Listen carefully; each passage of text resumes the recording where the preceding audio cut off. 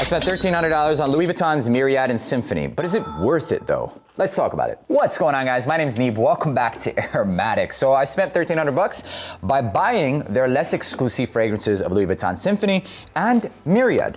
And two fragrances I've been wanting to buy for quite some time. The first one we're gonna look into is Myriad, obviously, and these retail for around $630. So for $630, you get a nice presentation.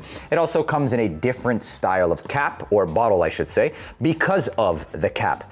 Now, these are prized as some of their better offerings from their collection. These are all... You're joking. Okay, well, first things first, is I noticed that the sticker for this one was peeled off. I didn't even have to open it. Second thing we're obviously seeing here right now is the 630 bucks. I would have liked at least like a greetings card with it. Okay, there we go. All right, cool. The bottle itself has a sculpture for a cap that they've had one of the top architects design, and it's supposed to look like a splash of air or an imaginary flower. The official notes for Myriad include Assam Oud, which is from India. There's also Centifolia rose, CO2 distillation. There's also Bulgarian rose, cocoa beans, saffron, and musks. And that's pretty much it. Now, one of the absolute funniest comments I've seen in my entire life on this one, on one of the forums with the reviews, is if you want to smell like actual human shit, buy this. Well, clearly that says something, right? So look, oh my God. So here in the West, this is something that is not blind buy safe. I mean, no Louis Vuitton for this kind of, no fragrance for this kind of price should be blind buy safe. Do I really need to tell you? Believe it or not, there are some people that you really got to tell them that. But no Louis Vuitton is blind buy safe. This one, well, that's actually, the price makes it not blind buy safe, but this one even more so than anything. So if you guys are familiar with Pure Oud by Louis Vuitton, it's exclusive, I think, to Saudi Arabia. It's very animalistic, but it's a very naturalistic style, or an authentic style of oud. Barnyardy, ambery, rich, and oud in itself comes from the Aquilaria tree. It's infected. It's an infected tree sap that they use and they distill. And that infection creates this animalistic nature, something of a scent that relates to an animalistic vibe. It can go in different realms. It can come from an amber source, or it can smell animalistic from ambers. It can go and smell animalistic from actually using something like civet paste, or even recreating deer musks. The IFRA regulates all of that. We can't actually use it to protect some of those natural sources, including ambergris, hence why we use ambroxan, but that would also be animalistic. Now with this realm, it's animalistic in the oud sense, or in the wood sense, from Aquilaria tree. Now for me personally, I'm okay with that, but when it goes animalistic from the actual source of like animal feces, that's where I draw the line, and even sometimes ambers. And the reason I say that is because although it has certain traits that might go barnyardy, or even slightly, if you think gamey, right? When you go to a farm, or when you eat meat that probably needs a little bit more cleansing, or lamb in the East, more so familiar in the East than in the West, or common, I should say, you have that gamey vibe. That's kind of the territory that we're talking about when we say animalistic. So think that. Now, when it comes from oud, or the Aquilaria tree, wood, there's only so far it can go, because it can't actually recreate, as the comment said, human shit, because it's not from a source of shit to begin with. I can't believe we're having this conversation, but it's there, and it's what people think, so why not address it? What's the shame in it? There is none. So although it might to some people, there's a lot of history, there's a lot of appreciation, there's actually a prized, it's worth more in its weight of oil than in gold, or not even of oil, even the wood. Per gram, it costs more than even gold in itself. It's cherished, it's prized, and it goes back for centuries. And even a lot of them smell much better in the air. There's this aphrodisiac effect to it that does something psychologically to a lot of people. And this goes back to like just psychology, also goes back to like receptors, etc. It's a lot harder for me to make the case here in the West. It's gonna just smell like what it is. It is what it is, right? But all I'm here to do is tell you what it smells like. Does it go in that territory of barnyardy and even borderline? I'm coughing because I choked, not because it smells good. I mean, not because it smells bad.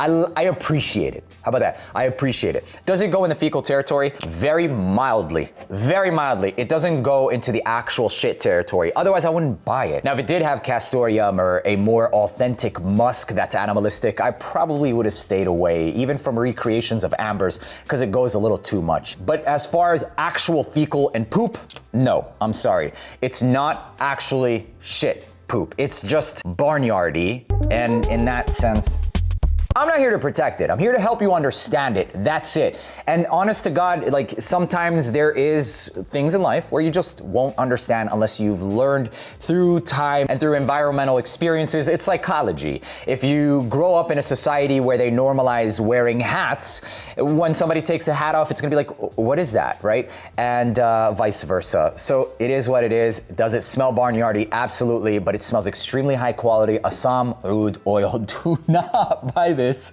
if you don't like oud.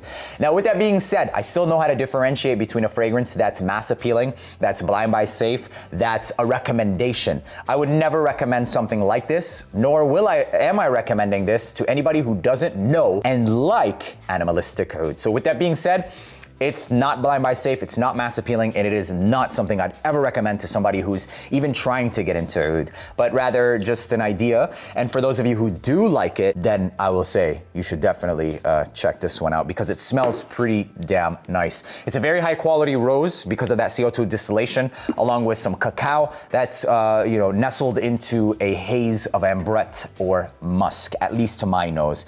I get a very diffusive style of musk and cacao. It's very nice for those of you who are into oud. So that comment section was hilarious. It had me cracking the fudge up. Next one is Symphony, and Symphony has been getting a lot of hype, a lot of wave.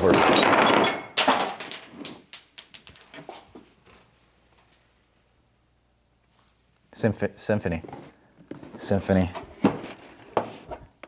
We're still good. Does it come with a warranty?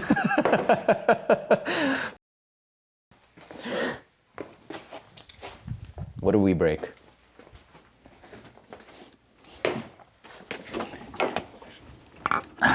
Oh, the sculpture.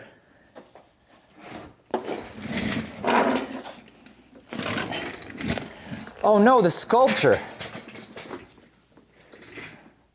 What is this even?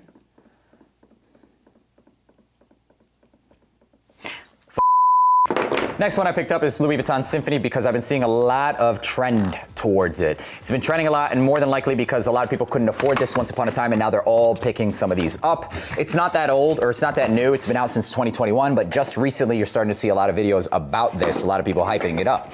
And the scent profile of this, it's understandable why, because for the longest time people went through the entire lineup of Louis Vuitton. I mean, even me, if you look at some of my videos, I rated all of them, and these were the only ones left. And so people started to veer into, it's almost like this human nature or human need to consume. And what's left to consume is some of these sculptures, the less exclusive. And that's the harsh reality of where we're at. And this is very understandable, mass appealing. It's ginger and citruses, and simple as that. It actually kind of reminds me of like the base or the core of what Louis Vuitton's imagination is without any of that aromatic tea, making it a lot more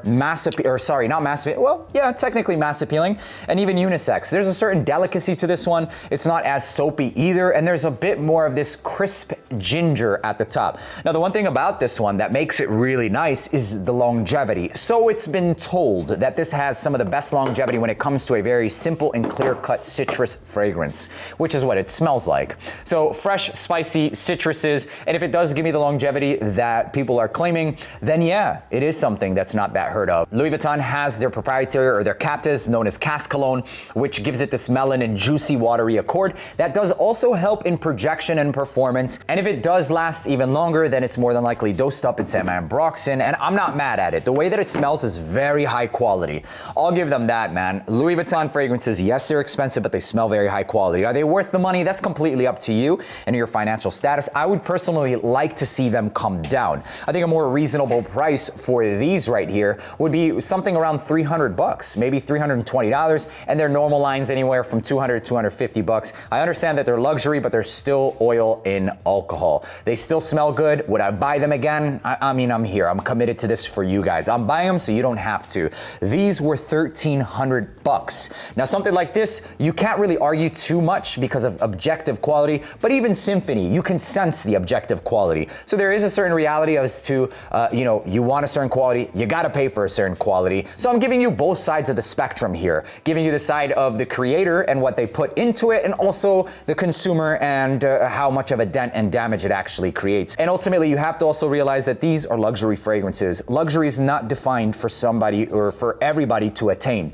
And you have to understand that that is the reality of these fragrances. Luxury fragrances not designed for everybody to be able to get their hands on.